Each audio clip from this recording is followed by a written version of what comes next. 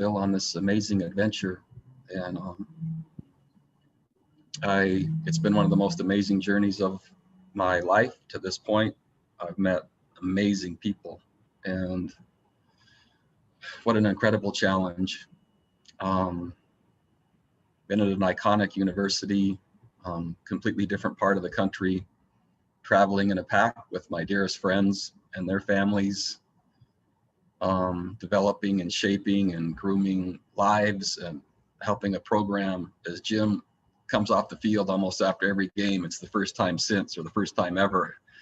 And so lots of growth and experiences and things that have been imprinted on my soul. I've had the chance to work with what I believe is the very best athletic director on the planet. And Carla has become a dear friend, trusted confidant, and just exceptional leader that I'm so thankful for.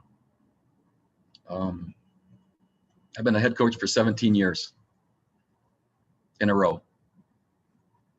I was an assistant 11 before then, and I was a graduate assistant 2 years before then, and that's 31 years straight of football.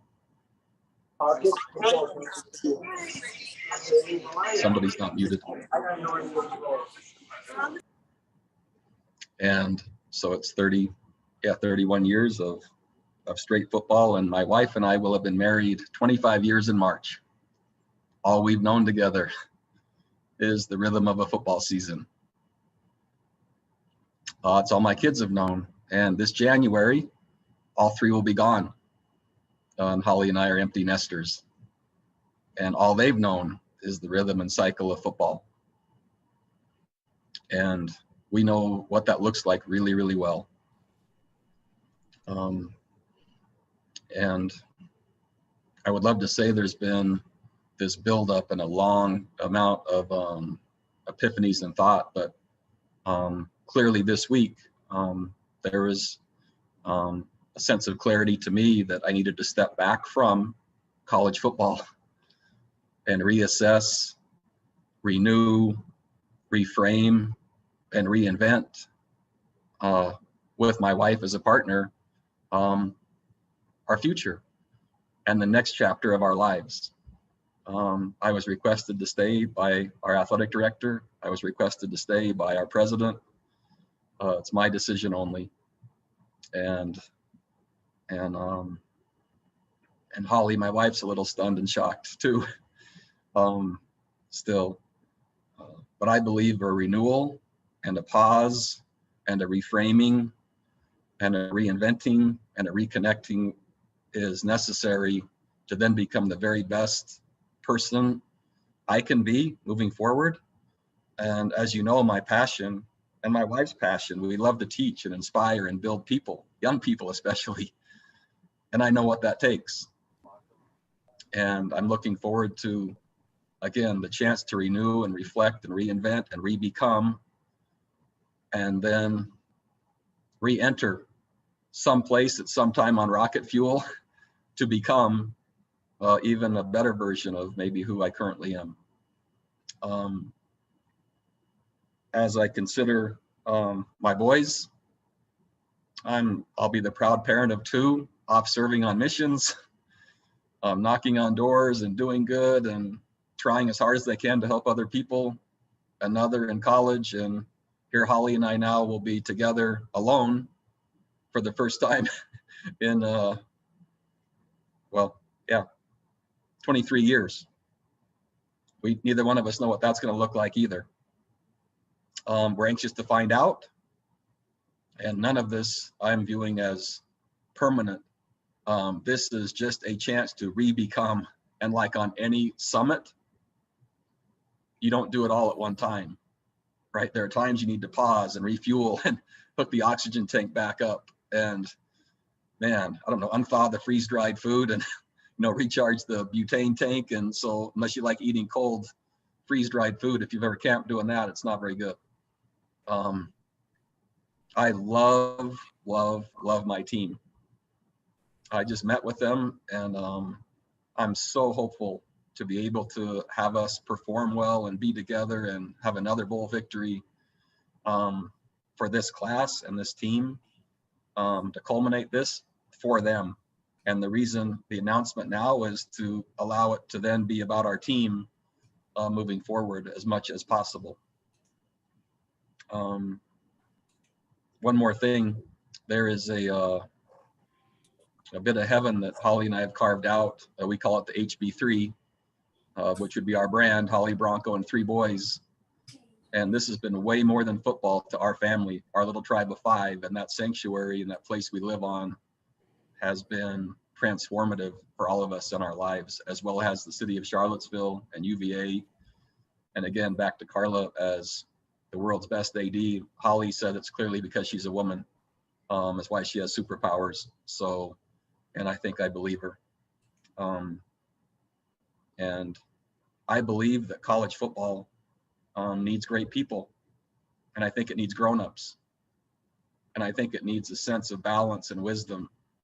And I think it needs a focus on the development of people as young people, regardless of whether they're a great player or not.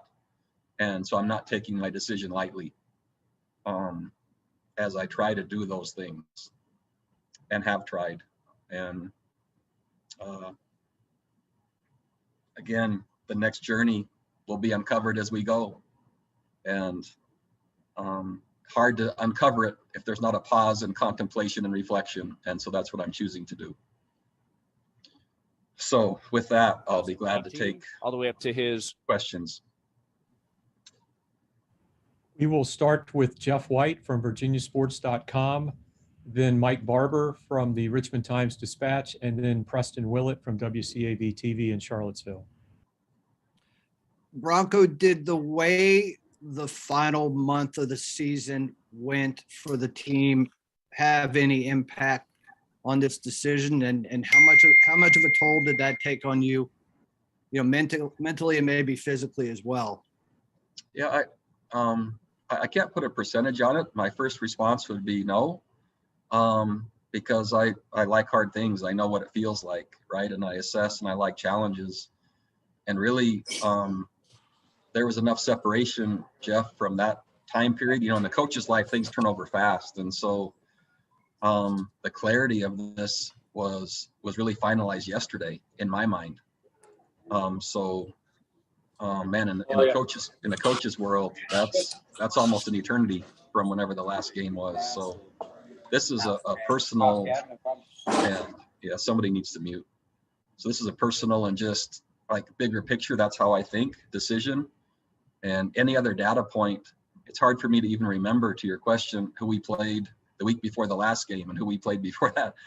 That's just how coaches are dialed because it happens so fast. So I don't see a correlation there. And I would tell you if I did, it just doesn't, I don't sense that. Hey, Bronco, if it's not the losing streak and you love your AD and you love your team, I have to ask, do you view college football as broken, and do you not want to be a part of kind of where it is right now? That really wasn't part of the decision. Again, just everything I said at the beginning is the reason for the decision. It's just a chance, right? After 31 years straight, to step back and renew and recover and reconnect and reinvent myself and our family and our purpose, and then be intentional about where we re-enter and how and whatever that is. And it very well could be, I don't know if it ever would be college football again, but right, this is everything that I said prior to this is the purpose, and that's not what I mentioned. So no. And if I could follow up, did you have a chance to speak with your staff, or did this kind of catch them by surprise? I spoke to my staff at 4:45 today. I spoke to my team at 5, and now I'm speaking to you at 5:30. Bronco, you've always talked about just the family atmosphere that you have with this staff. What was their reaction kind of finding out about this from you just kind of moments ago, and then also your team? They had similar reactions, and tears, shock, sadness, disbelief. Yeah, and it's going to take time to process. We know, right, and for most of us, there's different cycles you go through, and there's anger or denial, and then withdraw, and then finally you get back to acceptance. And I there's all of those things happening right now. I know exactly the implications of people, because that's the decision. That's the world I live in. The decisions I make, in fact, impact families and young people, and so I don't take it lightly. And after 17 years in a row of being a head coach, I know what's required, and I don't take that lightly. And I absolutely want to be at my best in anything that I do for everyone that I'm responsible for. But most importantly, my partner, Holly, that's 25 years straight, 17 of which I've been a head coach. And man, I don't know if none of you know what that could be like, and I don't know.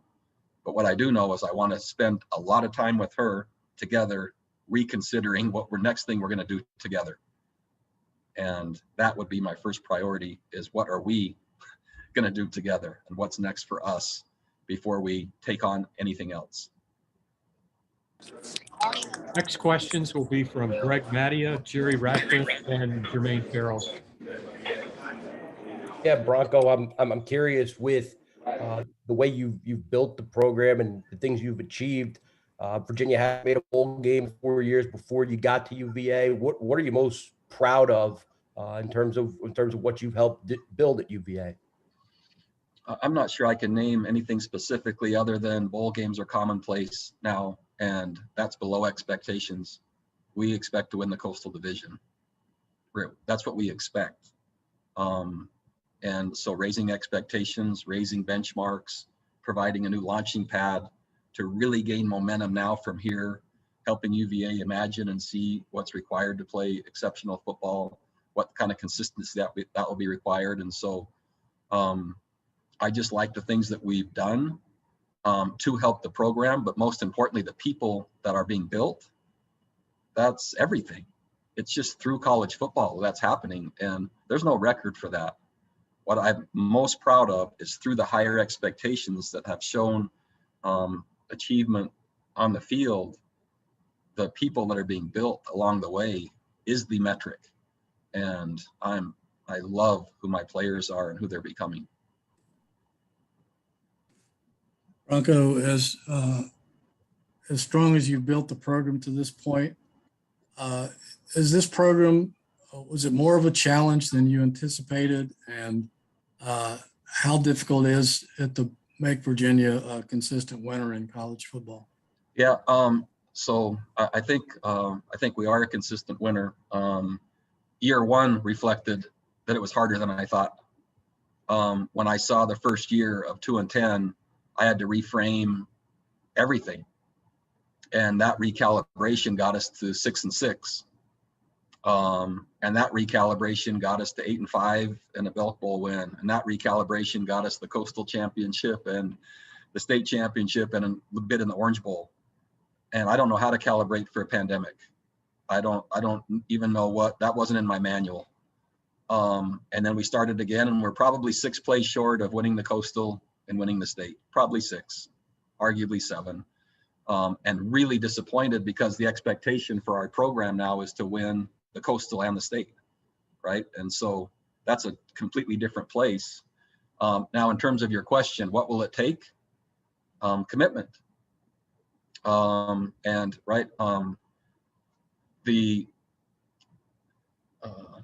There's all kinds of seats you can buy for a concert, right? You can buy the price of admission and sit up in the rafters, or you can buy front row tickets and have a backstage pass. And both of those influence outcome. And so, right, every institution decides what level of support and alignment they want with any program on their grounds. And so really it will just come down to decision making and relocation or reallocation of resources, but also leadership selection, right? And I'm responsible for everything that happened in the program, and independent of anything else, right? The record is mine, and I own all of that, and I love it. And I love my team. And there's certainly things we can do better and could have done better.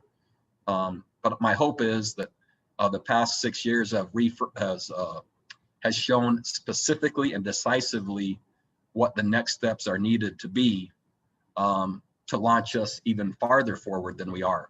And that's what I hope for the players, the fans, this institution, our athletic director, and everyone else is what I hope. Coach, is there an accomplishment or accomplishments that you can take pride in from your time here at UVA? Lots and lots and lots. And I would say too numerous, and maybe the ones that I will say, won't show up on the score. But we just had a player get an amazing job after tremendous struggles. And he played so well. That's not the struggles I'm talking about. I'm talking just internally and becoming, and the challenges in college and the rigor and managing family life and different things. He just got an amazing job. And wow, did I feel good yesterday when I got that text. Maybe equivalent to, the Belk Bowl win, maybe equivalent to, I don't know, any win that you want to say. There's been fans that have rushed the field here. It felt like that, except maybe even better. And wow, was that so rewarding to see what he just accomplished. Thank you so much, sir, and good luck in your future. Thank you. Next, we'll go to Andrea Adelson, David Teal, and David Hale. Bronco, when did you really first start thinking about this, and how much did you wrestle with this decision? And then the third part of that is, did you surprise yourself with how you ended up with the decision? Yeah, I've been in process. Today is Wednesday or Thursday? Today's Thursday, right? Sunday through Thursday. First prompting Sunday, then contemplation and a few action steps in a different direction. And man, did that not feel good. And then returning to the first thought yesterday afternoon. So short term, but impactful. And that's right after 31 years. That's a pretty short window, but I know myself and I know what that means. And man, does that take courage then to act on that, especially in a setting like this. But this is a choice in time to reframe what I'm hoping is a more beautiful and even more impactful way to help other people after this. I don't know what that's going to be yet, but that's what I hope it is. How did you deliver this news to the team, knowing that they probably all would be completely surprised by what you had to say? I don't really know how to answer it. Every year I redefine my purpose, and I have a purpose statement, and I put that on the screen, and I read that and showed it, and they see that it aligns. And I think every choice is governed by a principle, and every principle is governed by a belief. And so, and they've seen this before. So I reframe my beliefs and the principles that govern it, and then showed how this choice reflects that. And that's the framework I started from. And hard to talk and be emotional at the same time in front of people that you love. But I wanted them to understand that's nothing they did, right? I love them. And trying to then say, okay, how can I add more impact to the world? Maybe after a refresh, right? A recalibration. And it's not sustainable like this pace as a college football coach and as a head coach for that many years. And if you really, really want to do it right, not just winning, but if you really want amazing academics, if you want to really build great people, right? If you really want amazing character, if you really want to teach values, if you really want service to happen, that's harder rather than easier. And I want all of that. And I'm not going to do it unless I can and feel energetic enough, right, to do all that. And so they saw that and they understand that. Doesn't mean they like it, but I'm looking to continue to add value, right? Not just write it out. And there's a base camp, and sometimes there's, I don't even know what we'll call it, a halfway camp. And I've just kind of pulled into the halfway camp for a minute and need to reheat and thaw out and just, see what's in the backpack. And then, here we go again at some point. Bronco, you said that this contemplation began Sunday. What role, if any, did your deep faith? So David, what I heard is, because you were breaking up, I basically heard the question is, what role did my faith have in this decision? Is that what the question was? Okay. Yeah. Yes, sir, because you said you started on Sunday to Yes. think. Yeah, very perceptive, David, as usual. That's exactly where it started. And I believe I have a Father in heaven. I believe if I live and really try to connect, I can receive direction and promptings. Now it takes courage to act on those in faith. And most every decision that's been positive in my life has been when I've listened. And most of the time, kind of the natural part of me says, no, man, don't do that. But inside I know, wait, that's what I'm supposed to do. So yeah, as you know, David, right? Faith is my belief, right? Governs everything. My belief governs the principles, and the principles govern the choices. And where else would I start than what I think governs all? And so, yeah, that's where I started. And I tried different things in a few number of days and different paths that I thought might address another way. And it did not feel right. And I was not at peace. And as I returned to my initial thought, it was very clear. So that's where all of my major decisions come, David. And that's not only regarding this one, but anything in my life. So I just shared my pattern for everything else as well as this. Will you and Holly remain in Charlottesville? So there is no better place on the planet than the HB3, and we don't know how we could ever leave that place. We don't know. So there's not I don't have, like, if I pull this out, there's no words on it that says what's next. It's blank, right? We don't know. We don't know. And holy cow, is that scary? So we don't know. But we love our place here. We love this community, the people, the whole thing. And that's what even makes it harder. So I don't know yet. Yeah, to be determined. Stay tuned, I guess, would be the answer for that.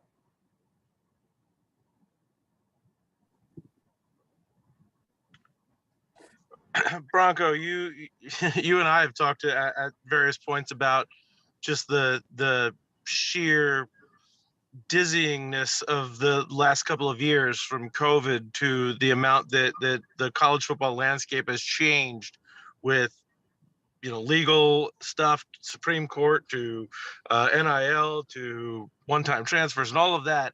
I'm curious if this had felt like the last 2 years was more in conjunction with the previous 30 plus of your career.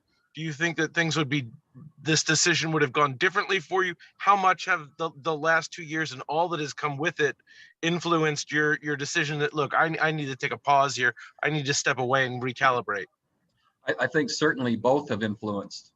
I don't know how to, I don't know a strategy for coaching football in a pandemic and having renewal at the same time. I don't know that plan. I kind of tried to invent it as we went. And the national landscape in college football right now, I don't have a plan for that yet. I don't think anyone does, because it's emerging so fast. This week alone, I was sharing with my staff. I wish I had my phone with me. And you guys probably already know this because you keep track. But at last count, there was, let's see here, hold on just a second. I'm going to try to add some statistics to this. Earlier today, over the last 4 days, 263 new players in the portal. So there are other issues as well. That just means the direction is changing. That doesn't mean that's why I chose this, but there are new things coming and happening. And man, you better be really clear and really sharp and really ready for whatever those are, and aligned with it to continue. And if you're not certain you're aligned, then you might want to pause just for a second and reconsider. And if I am going to do this, I know exactly what this new thing is. And yeah, then we're going to go. So the last 2 years especially, but to say that discounts the previous 29 or the other 15 as head coach, there's a cumulative effect, you know, so I don't know what proportion or percentage to put on that. Can you kind of give you obviously said that Sunday was the first day that it sort of clicked in your head, but I mean, I assume that a big decision like this doesn't just instantaneously happen.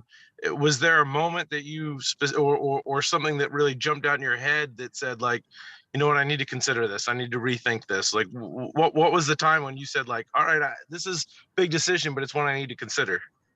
Yeah, there really wasn't a thing. It was just an inquiry on a Sunday at the end of the season as to what is next and how best to help my players and this program and our future, Holly and I and my boys, right? What's next? And I like direction. I like contemplation, right? I like doing things intentionally. And so, by the way, this isn't a one Sunday thing, right? This is an every Sunday thing and a nightly thing and a morning thing, right? So I just have a little more time on Sundays because we don't work on Sundays here. Go to Damon Dillman, Hank Kurz, and Gene Wong. The hands just keep coming. This is like the world record. Bronco, I'm going to apologize if you touched on this at the very beginning. My Wi-Fi cut out for about 30 seconds or so, but how hard was this decision as it pertains to your staff and especially the guys who made the trip from BYU across the country to do this with you? Yeah, it's there's no way to say what that is. These are my closest friends, and this is now their wives and kids who all came. And I'm responsible for all of them. And I love all of them. And we were very close before we took this journey. This is now inseparable and galvanized and welded to where you can't break it. And I just did. In terms of now the paths become different. My hope, the way each person goes, like how they do it, is the same. Where they do it, that's on me. And you had said you hadn't hinted to any of them prior to breaking the news to them about an hour ago. They kind of all found out at that moment. They did. Thank you. Hey, Bronco, obviously at home, you're a rancher, you're a father, you're a husband. But in the broader picture of the world, as you said, for 31 years, you've been a football coach. That's kind of your identity in the world. How hard is it going to be to walk away from that?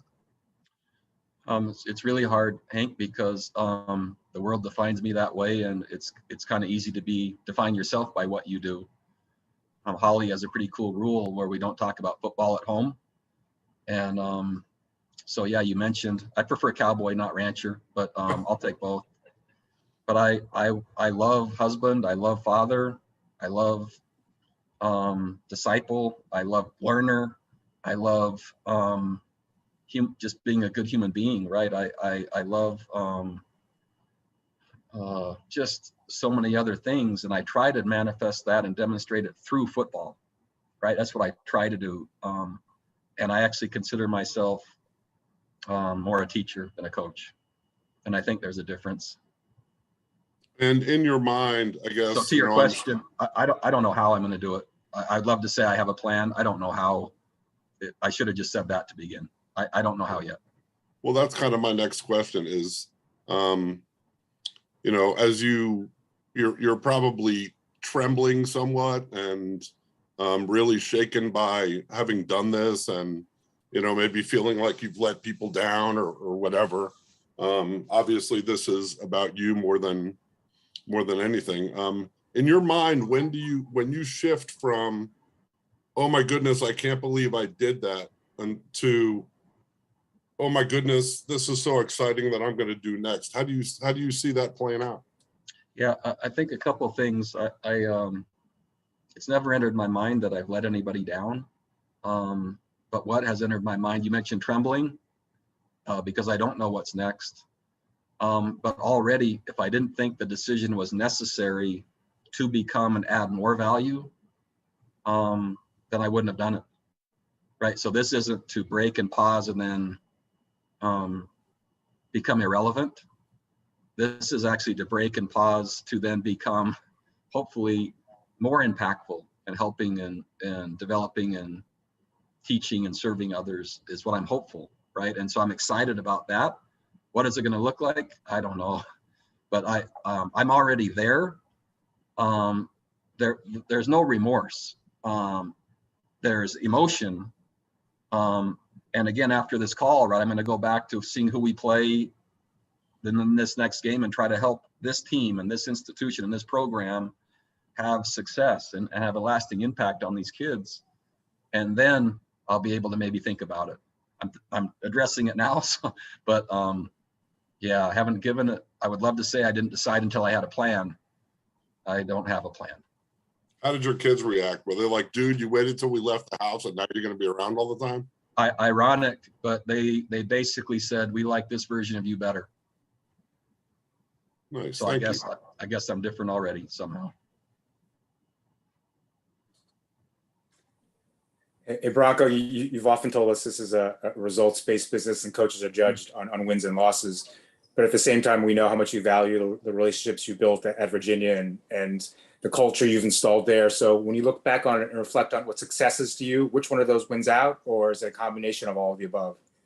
Yeah, I just view it as the collective, Gene, but you have to acknowledge both and compartmentalize both. And, you know, I think the world's view of success has to be acknowledged, and then the eternal view of success has to be acknowledged.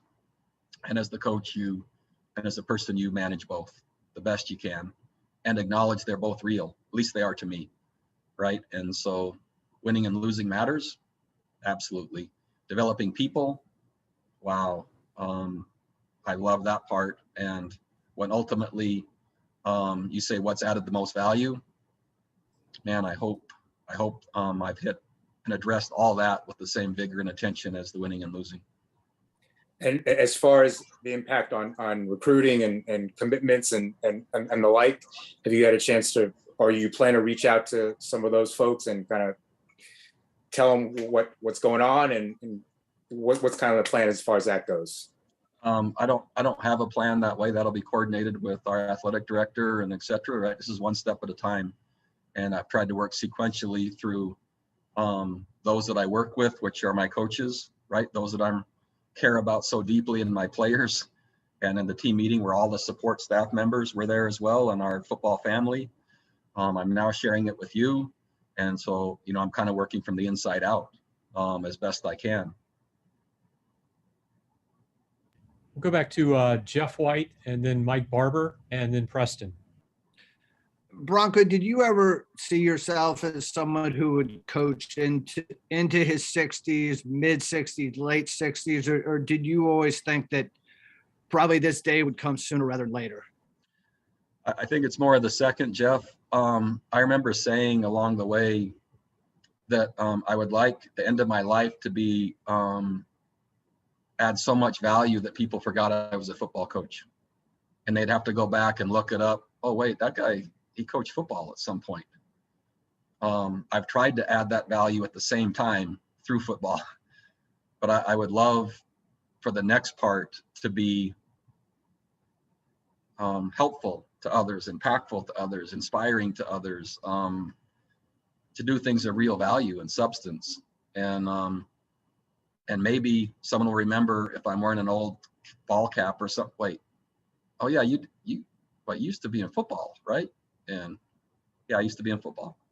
And that doesn't mean, Jeff, I don't want to say, because I don't know, like after some time, if I don't say, you know what, that's the very best platform I could do, and I'm needed maybe more now than ever, I can have the biggest impact there.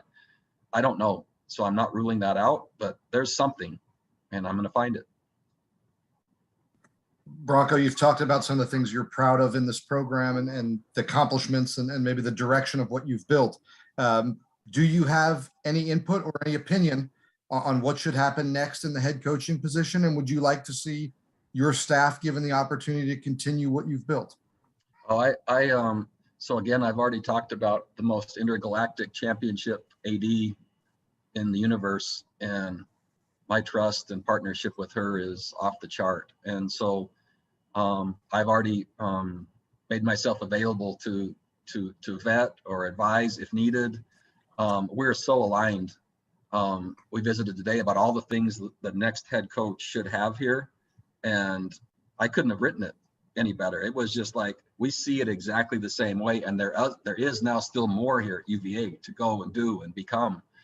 And Carla wants that. I want that, and I'm certain that that whoever is chosen for our program will be exceptional. And whoever's lucky enough to join as an assistant coach and a player, it will be an amazing experience for them, as it has been for me. You were promised some things in terms of facilities and support, and I know the pandemic got in the way with some fundraising, but it's not there yet at UVA.